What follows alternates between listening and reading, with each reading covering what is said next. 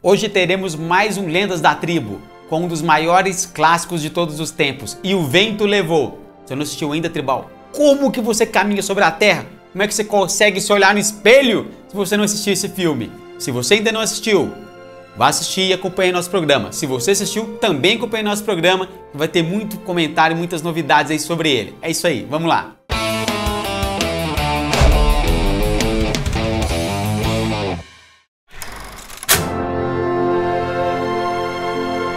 E o Vento Levou é um filme de 1939 baseado no romance de Margaret Mitchell. A história se passa no sul dos Estados Unidos no fim do século XIX, ou seja, durante a Guerra Civil Americana. A personagem principal é Scarlett O'Hara, filha de um rico fazendeiro e que é apaixonada por Ashley Wilkes. O impasse é que Ashley é casado com a prima de Scarlett, Melanie. Mas então aí surge o Rhett Butler e a vida de Scarlett nunca mais será a mesma. Essa jornada de Scarlett, que é de uma menina rica e mimada para uma mulher que enfrentará as maiores dificuldades, desde a guerra até tragédias pessoais, faz desse filme um dos maiores na história do cinema.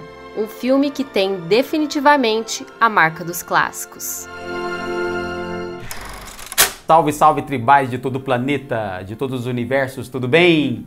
Hoje temos mais um Lendas da Tribo para falar de um dos maiores clássicos com C maiúsculo do cinema, E o Vento Levou. Como sempre, a nossa convidada, a cadeira cativa, nossa sócia, nossa amiga, Camila Bortolato. E aí, Kizar? Bom, Mila, Tudo bom? vai aqui falar sobre esse filmaço do 1939. Olha só quanto tempo, hein, Camila? Pois é, direção Victor Fleming. Nossa, que filme, né? Como que a gente começa a falar dele, né? Eu gosto pra caramba. Ele é um dos clássicos dos clássicos dos clássicos de todos os clássicos, né?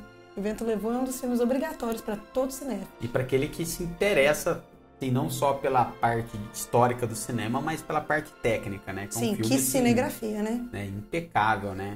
Eu acho. Ele é de 39, olha só que interessante, né, Camila? Frank Capra lançou um filme também em 39, né? Que era A Mulher Faz o Homem, que é Mr. Smith Goes to Washington, não é? E que aqui A Mulher Faz o Homem, eu não sei porque ele... fizeram assim. Não sei que a mulher dele apoia, não sei. E o Mágico de Oz. Mágico de Oz. Olha só que ano, né? Para lançamentos de filmes. Então. Mágico de Oz, mesmo diretor. Isso. Victor Fleming. 39. 39. Agora você pensa, né? Que safra de filmes, e ele foi uma superprodução que foi muito esperada, porque é uma história clássica americana, né? Passa na Guerra Civil. Na Guerra da Secessão. E que vem de um livro também, de um romance. Causou até na pré-produção uma coisa de louco, né? Porque todo mundo queria ser Scarlett O'Hara, né? 1.400 atrizes fizeram 1.400. Demorou não sei quanto tempo. Caramba. Você já pensou? Aí a Vivian Leigh, né, inglesa, consegue o papel. O Clark Gable, ele já era o Rhett Butler. Ele já estava pronto, né? Eles, inclusive, adiaram em um ano a produção para esperar, para que ele pudesse filmar. É um filme que todo mundo lembra, porque a história de amor, não amor, né? História de uma atribulada, né? Uma história muito... com pano de fundo social. Exato, a guerra, né? A Guerra Civil Americana, que aliás muita gente critica, né? Porque o filme, ele é uma visão do sulista. Do sulista, né? Até quando começa o filme, Tribal, a Guerra Civil Americana, acho que o Tribal...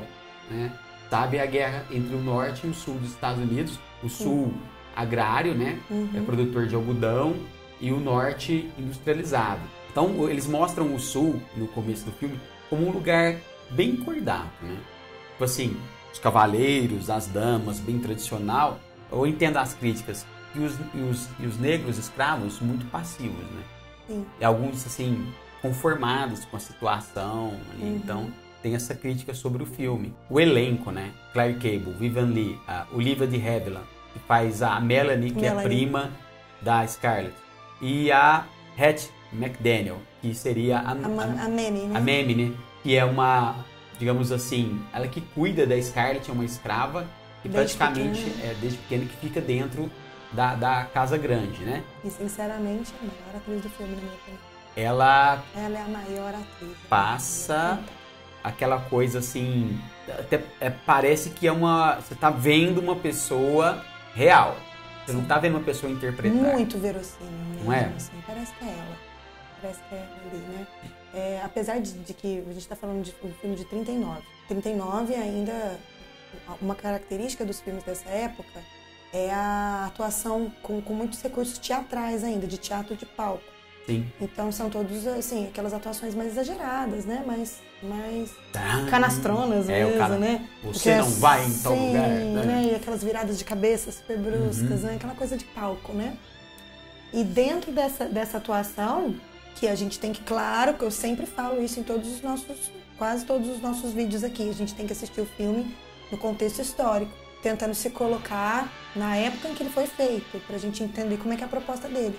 E mesmo assim, se colocando em 1939, você assiste e você acha, primeiro, a narrativa e a temática revolucionárias, porque apesar de a gente estar falando de guerra, a gente está falando da guerra, e de ser um filme que tem a visão quase que parcial do sulista em relação aos Yankees, né?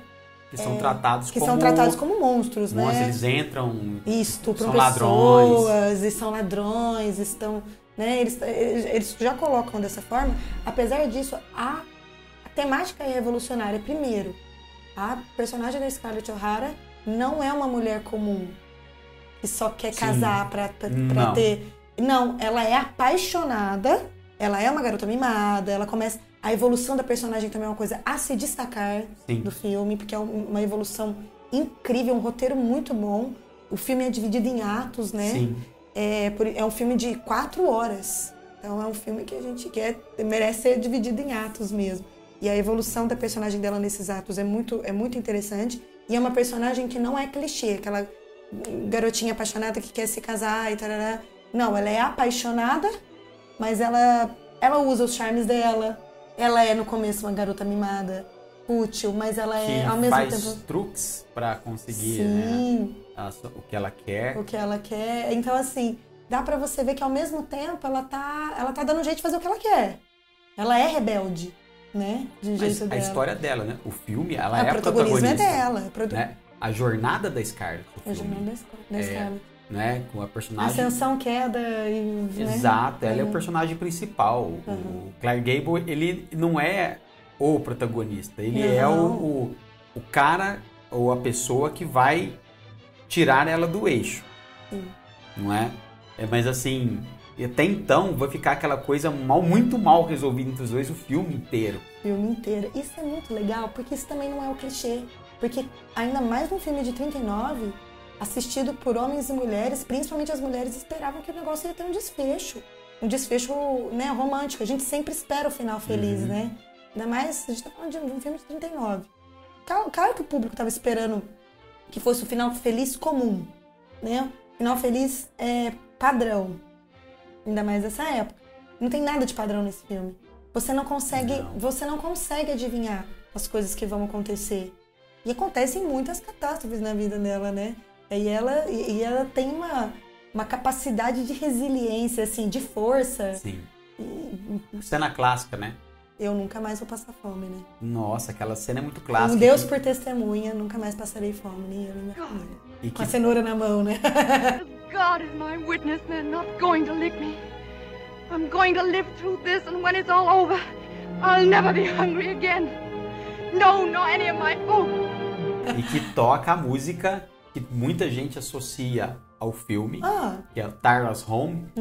Tara seria a terra, a fazenda, né? Todo mundo acha que é o tema principal, não é. Mas o filme ficou tão marcante, essa cena, que muita gente considera o tema do filme. E eu acho interessante a luta dos dois em todo momento, porque em todo momento ele é interessado nela, né? Sim. Rhett Butler, ele é um carão.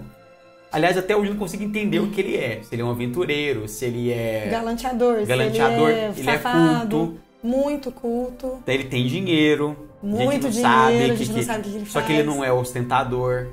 E ele se interessa por ela e ele debochado, né? Os dois, né? Totalmente. E sabe o que é? Eu acho uma dinâmica, uma química deliciosa de assistir. Os dois se provocam o tempo inteiro. Os dois, eles brigam o tempo inteiro. Diz a lenda que o Clark Gable não gostou da Vivien Leigh. Eles não se davam. E que ele... Diz a lenda, isso aí, boatos de Hollywood. Isso não é uma comprovação, viu, Tribal? que ele comia cebola pra contracenar com ela. Antes, pra ter um hálito. Nossa! Diz aí, sempre o pessoal é que diz isso aí, né? Outros dizem o contrário, que eles se deram super bem, essas coisas. Mas assim, não importa isso, são só fofocas de Hollywood. O importante é que os dois na tela funcionaram. Super bem. Né? Funcionaram muito bem. Muito bem. Jealous, am I? Yes, I suppose I am. Even though I know you've been faithful to me all along. How do I know? Because I know Ashley Wilkes and his honorable breed. They're gentlemen. That's more than I can say for you or for me. We're not gentlemen. And we have no honor, have we? Mas assim, eu acho que o mais interessante é que a Scarlett, mesmo quando eles dois, né, no andar do filme, tiveram um relacionamento interessante, bom, ainda assim ela não estava totalmente entregue, ele nunca confiou totalmente. Né? Igual você falou, é uma tensão constante. Agora no final, pretende se resolver e tem um desfecho. Tem um desfecho. Frankly, my dear, I don't give a damn. Red, you go. Where shall I go? What shall I do? Frankly, my dear, I don't give a damn. Puxa vida. Melhor, né? Não, essa é icônica, né, também. E parecia que eles estavam bem até a morte que aconteceu. A gente não vai falar qual é, a gente espera que você assista. Não, parecia. Triste. Aquele momento muito triste ali, né? Parecia que ela tava... Então, isso é interessante, porque a gente também fica esperando de que ela teria ela seria a Fênix mesmo, né, no filme. Que ela se transformaria, né, em algo muito mais maduro, uma mulher muito mais... Quando ela consegue tudo. Tem um desfecho. Quando ela cai em si, mas mesmo assim, eu acho muito legal que o filme deixa em aberto uma coisa assim, ela não entrega. Tipo assim, aconteceu isso, mas eu vou dar a volta por cima. O jeito que ela fala assim, tudo bem, né? Eu não vou entregar o que acontece, mas ela, digamos assim, vai ter retorno isso. Né? Ela, digamos assim... Ela não dá o braço a torcer, né? Não, e é o filme todo mostrando que essa é uma parte da essência dela, que por mais que ela passe por todos os perrengues que ela passa, e ela sobrevive, e ela se reergue, e ela tem sucesso nas coisas que ela vai tentando fazer. Por mais que ela continue, por mais que ela evolua em alguns aspectos, em outros ela tem a mesma essência. Ela é pirracenta mesmo. Por isso que ela eu acho marrenta, assim, o negócio dela. Ela sabe o sentimento. No final ela descobre o sentimento por ele. No final. E mesmo quando ele fala a frase né, clássica, por exemplo, acontece e ela, tipo assim, me aguarde. Isso não vai ficar assim. Não é? Tipo não é essa impressão? Sim. I'll go home. But I'll think of some way to get him back. After all, tomorrow is another day. A impressão que eu tenho é que, pra mim, é tão verossímil isso. Claro que a gente não tô falando de todo da trama especificamente, mas eu acho tão verossímil isso, de uma pessoa não ter uma evolução linear. A evolução da personagem, eu acho que trata de uma forma tão humana quanto a evolução de todas as pessoas. Né? Nós temos altos e baixos, nós passamos por perrengues, e aí a gente passa por algumas coisas... Talvez demore um pouco para aprender. Demora para aprender. Não é uma Tem coisa lição que a gente aprende. Com algumas coisas a gente aprende, e a gente aprende algumas coisas bem específicas. Em outros aspectos, às vezes, a gente carrega algumas infantilidades. E é isso que eu achei fantástico. O personagem da Scarlett O'Hara tem uma constante evolução, não necessariamente positiva. É só uma evolução de personagem que deve ser assistida, que vale a pena, mas ela não é também caricata. Não é uma evolução de personagem clichê, que foi lá, era uma menina chata, mimada, não sei o que, aconteceu um monte de coisa, se tornou uma pessoa muito mais... Uma pessoa melhor. Uma pessoa melhor, muito bondosa, muito mais resiliente, muito mais resignada. Resiliente sim, mas resignada não necessariamente. Entendeu? Então eu achei mais verossímil isso. E eu achei que a atuação dela foi fantástica. Eu achei que... de todos, né? Eu acho assim, ela foi muito bem. Foi muito bem. Tanto que ganhou o Oscar. O Victor Fleming ganhou o Oscar, o melhor filme, melhor atriz coadjuvante, que aliás foi para Hattie McDaniel, né? Que a gente falou mais cedo ali, a Mamie. Que Hattie McDaniel, ela foi receber o Oscar de atriz coadjuvante, e o Oscar em Los Angeles era entregue no Dorothy Chandler, né? no tipo de um pavilhão. Sim. E eles tiveram que pedir uma autorização especial, porque lá não recebia pessoas negras.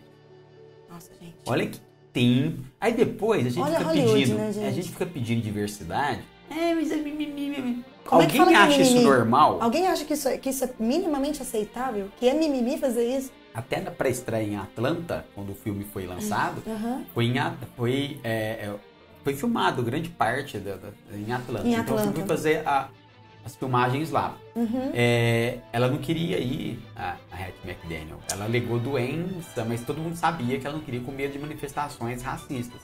Clark Gable e Olivia de Havilland, que eram amigos antes, né, da filmagem dela, falaram: se você não for, nós não vamos. Aí ela, né, acabou comparecendo, mas mesmo assim, eu acho muito triste essa parte. Nossa, gente, é muito triste, né? Eu choro junto naquela... Uma das últimas cenas em que ela aparece, se não a última em que ela aparece, que ela tá chorando muito e ela tá conversando com a personagem da Melanie, né? E elas estão subindo a escada e ela tá contando tudo o que aconteceu. E ela conta chorando tanto, com tanta veracidade, é tanta verdade na atuação dela, que você fica mal, você chora junto. O jeito que ela tá contando, não parecia mais atuação ali, sabe? Realmente é muito convincente, eles estão muito convincentes.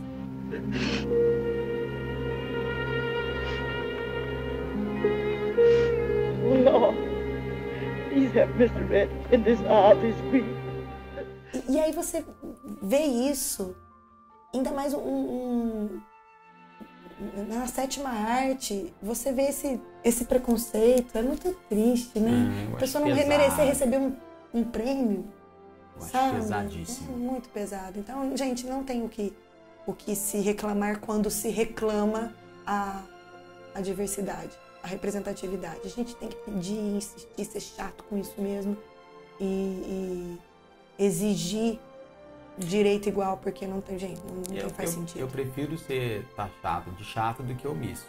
Exatamente. Então, quem quiser falar que a gente é chato, pode parabéns, falar. Palminha pra você. Obrigada, aliás, é um elogio.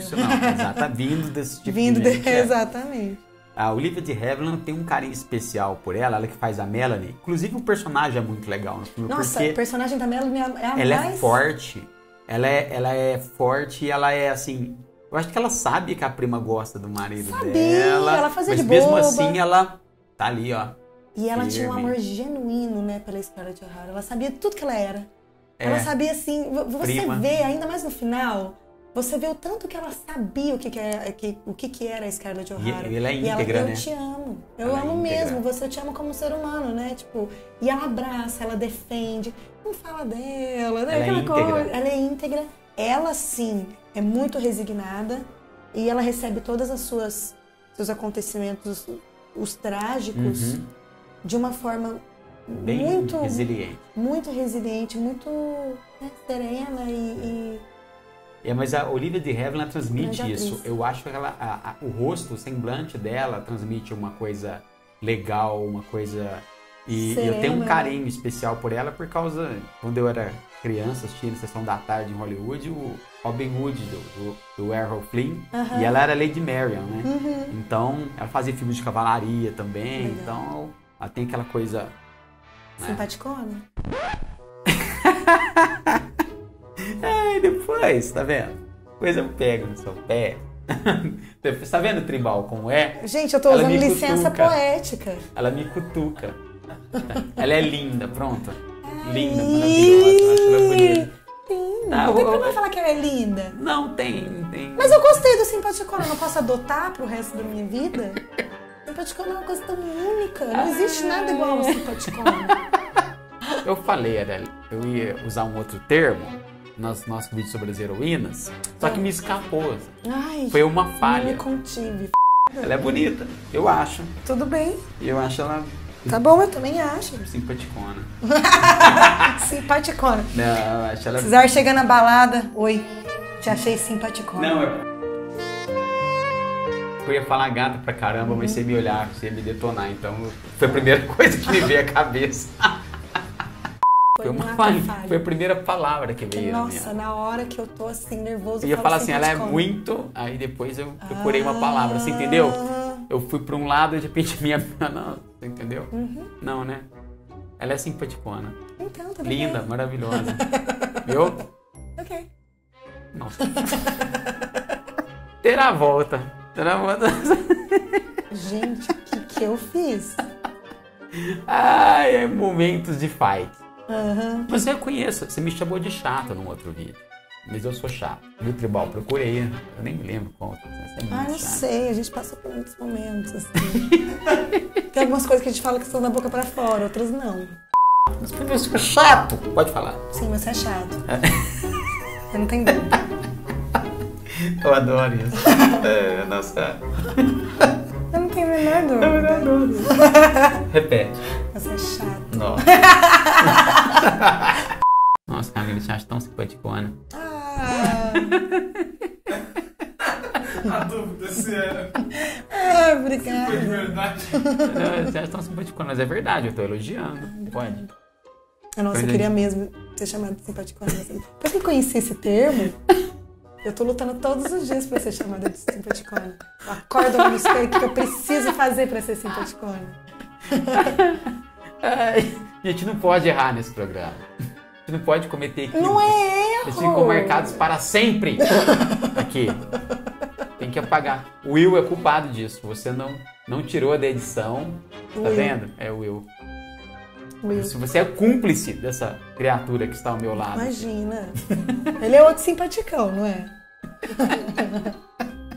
Um querido. Então, a Olivia de Havilland, além de boa atriz, ela é muito simpaticona. Então, era isso. Clark Gable. Vamos falar, né? Simpaticão, né? O Clark Gable, ele virou uma lenda, né? Ele é uma lenda em Hollywood. Eu acho que é muito difícil você ter um ator que ele... Eu posso te falar? Você pensa em Hollywood, você pensa em vários atores, mas sempre ele tá no meio. Não tem como você... Ele é da turma dos estrelas mesmo ali, né? Estrela. Não tem como você falar da história do cinema sem falar dele. É verdade. Sabe? Da forma como ele atuava, aquela coisa do galã viril. O próprio Rhett Butler, ele é um cara... Pega a Scarlett, aqui, carrega lá, que não sei o quê. Então, ele não é daquele cara... Não. É um cara bem resolvido. Aliás, eu acho... Sabe o que eu acho engraçado? Eu não sei se essa impressão foi só minha. Eu acho que eles colocaram um personagem do Ashley, que ela fica apaixonada, né? Ele é apaixonada grande parte do tempo, como meio bobalhão também. Tipo assim, ele é meio paçocão mesmo. Totalmente. Tipo, ele seria o padrão de galã Hollywood, que é aquela coisa mais príncipe, encantado, mais... né? Ele é insosso. E o que eu acho engraçado é que eles colocam como elevado a galã ali o anti-herói mesmo, que é o Clark Gable, que tem hora que ele fala, não sei nem o que eu tô fazendo aqui, né? Ele é irônico, debochado, extremamente debochado. Ele não é o carinha loiro de olhos azuis e aquela carinha misterioso, ninguém sabe o que ele faz. Ninguém sabe o que ele faz. Ele se mete com gente com jogo. A melhor amiga dele é uma prostituta. Sim. E isso é muito legal também, porque o que eu acho bonito é o tanto que eles colocam os aspectos humanos de todo mundo, o tanto que ele é muito mais humano do que muita gente ali que era considerado para casar. Ele fala, não quero casar, não sou feito para casar, boa parte do filme. E engraçado que as mulheres consideram ele um cavalheiro, né? Porque ele trata bem todo mundo. Ele é um cara que fica tanto bem num bordel Exato, como numa festa de luxo. Ele chega e todo mundo, nossa... Né, o cara é da hora, ele é legal, Ele é pra mim ele é uma incógnita. Ele é, e eu acho isso muito interessante, porque também é um dos poucos filmes que colocam na qualidade de galã um cara que é também da turma do anti-herói. Igual a gente falou um pouco do Casablanca, né? Do Rick Blaine. Do Rick Blaine. É um personagem que não tinha tudo pra ser tão amado, mas tem um carisma fantástico. Aí você torce muito pés por ele. Aquela hora que ele foge do incêndio, de uma hora pra outra ele deixa elas no meio do caminho, né? Então, tchau, ó, tô indo, fico aqui, vocês se viram daqui pra frente, elas... E o que é legal é que ele ajuda a construir Scarlett O'Hara, ele ajuda ela a crescer. E isso é muito bacana. Porque eu acho que se ele fizesse tudo por ela, eu acho que ela seria ela não se interessaria por ele. Ele seria até desinteressante pra ela. Ele sempre deixa uma ponta solta ali, né? Pra ela ficar... entendeu? Você falou da cena do incêndio, eu me lembrei da fotografia do filme, porque aquela cena do incêndio, com tudo caindo, e a carruagem passando, e tudo caindo atrás. E você sabe que lá foi... Gente, é tudo verdadeiro. A gente não tá falando de nada de computação gráfica, a gente tá falando de 39. Então, tanto essa direção quanto do Mágico de Oz... Eles construíram o que é do mesmo diretor, pra ser destruído. Gente, e não tinha computação gráfica pra reproduzir, gente. Aquela cena linda... que é feita de cima, que tinha aquele tanto de mortos da guerra, todos deitados, tanto de mortos e feridos, assim. É tudo gente, sabe? Então, não é computação gráfica de reproduzir. Eu me lembro do documentário, eles dizendo que não podia errar naquela cena. Do fogo. Não podia errar. Porque senão, né? Não ia ser morrer, ia ser desagradável. Quer dizer, vamos lá, aí no ator mesmo, né? Aí o cara tem que... um take só. Não, e não tem dessa de dublê não, amigão. É a gente mesmo. Entendeu? Que eu achei muito legal aquela cena. E por isso que eu acho que a gente tem que valorizar muito os filmes antigos, que eles faziam milagres. Milagres que hoje são operados através da tecnologia. Que a tecnologia não deixa de ser um milagre maravilhoso. Tudo bem, que bom que temos esse recurso. Mas, gente, esse filme foi feito através de... É muita mão na massa mesmo. É cinema, né? mesmo. É cinema. Cinema raiz. Gente, da cabeça até o pé do filme. Não é cinema Nutella. Não é cinema, é cinema raiz. Não é Nutella, não. Desde do começo ao fim do filme, você fica encantado com a cinegrafia. Você fala, não é possível que o cara filmou essa cena. Como é que ele fez isso? Como e é que a fez música? Isso? A música, a trilha. Eu sempre toco no assunto de música, né? Porque eu acho que você entende A gente vai começar? Aqui na frente de todo mundo? Não, foi uma provocação em relação ao simpaticona. O tema é legal pra cá. Para de rir. O que você tá rindo? Nada, rindo de nervoso. Rindo de ódio. Borbulhando. Mas o tema eu acho... Né, da história do cinema. O que eu ouso dizer é que tanto pela trilha, que a gente tava falando, você falou da música do Tyrus Home, né? Eu ouso dizer que nesse filme eu tenho a impressão de que a protagonista não é só a Scarlett O'Hara. Eu acho que a protagonista é a Terra. A gente precisa falar muito sobre a questão dela sempre estar voltando à terra dela. E ela sempre tá querendo voltar para casa. Então não importa todos os luxos que ela consiga, todas as coisas que ela vai... Toda a parte de reconstrução, construção e reconstrução da personagem dela foi feita através da volta às suas raízes, a volta à sua terra. É a questão do sulista. O sulista, ele não é apegado à cidade. É a sua propriedade. Porque as pessoas têm uma maneira equivocada de ver a história americana, de achar que aquelas colônias iniciais ali dos Estados Unidos eram todos iguais, né?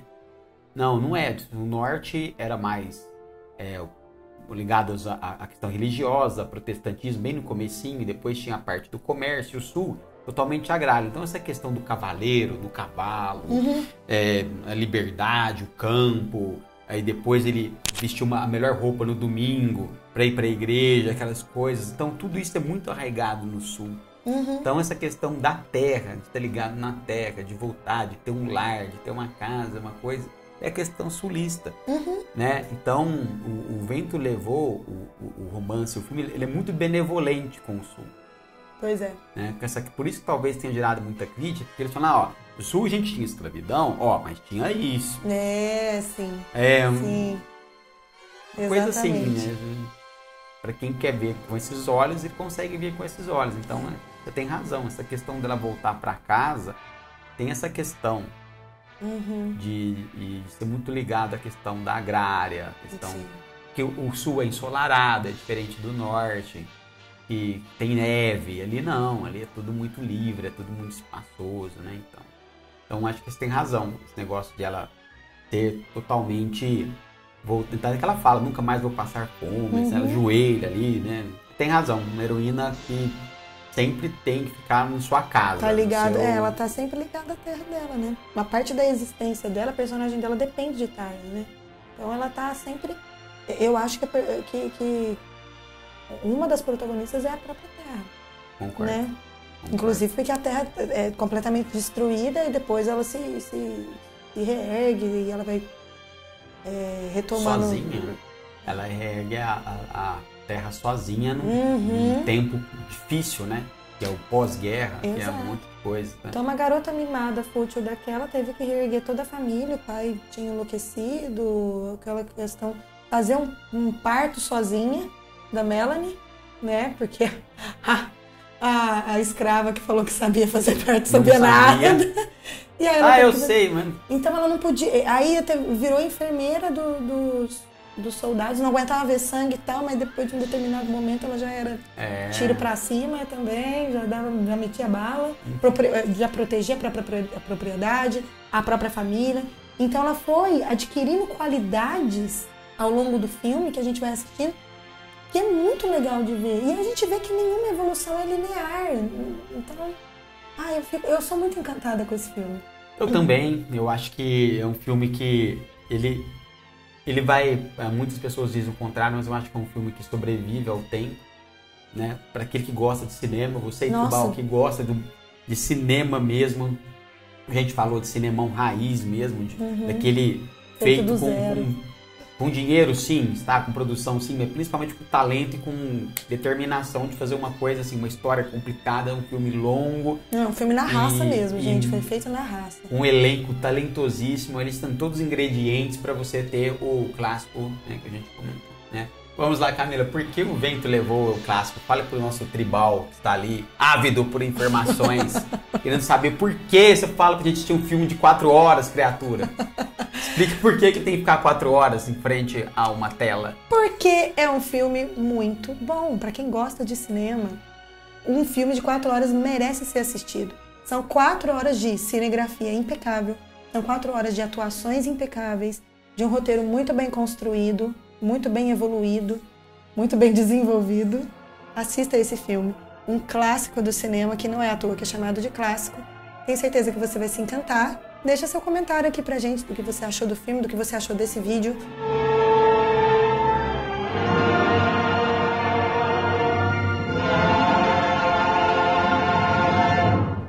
Curta esse vídeo, curta o canal, assista aos outros vídeos desse canal que estão muito legais e que falam de um pouquinho de tudo da nossa cultura pop. E assista mais vídeos aqui do Lendas da Tribo. E até o próximo, né? Afinal de contas, nós somos todos da mesma tribo. Beijo, querido. Obrigada. Eu te amo. Olha, ele falou o quê? Will, pega isso. Eu te amo. Ai, tá bom. Tá. Obrigada. Apesar de você me maltratar muito. Obrigada. Também te amo.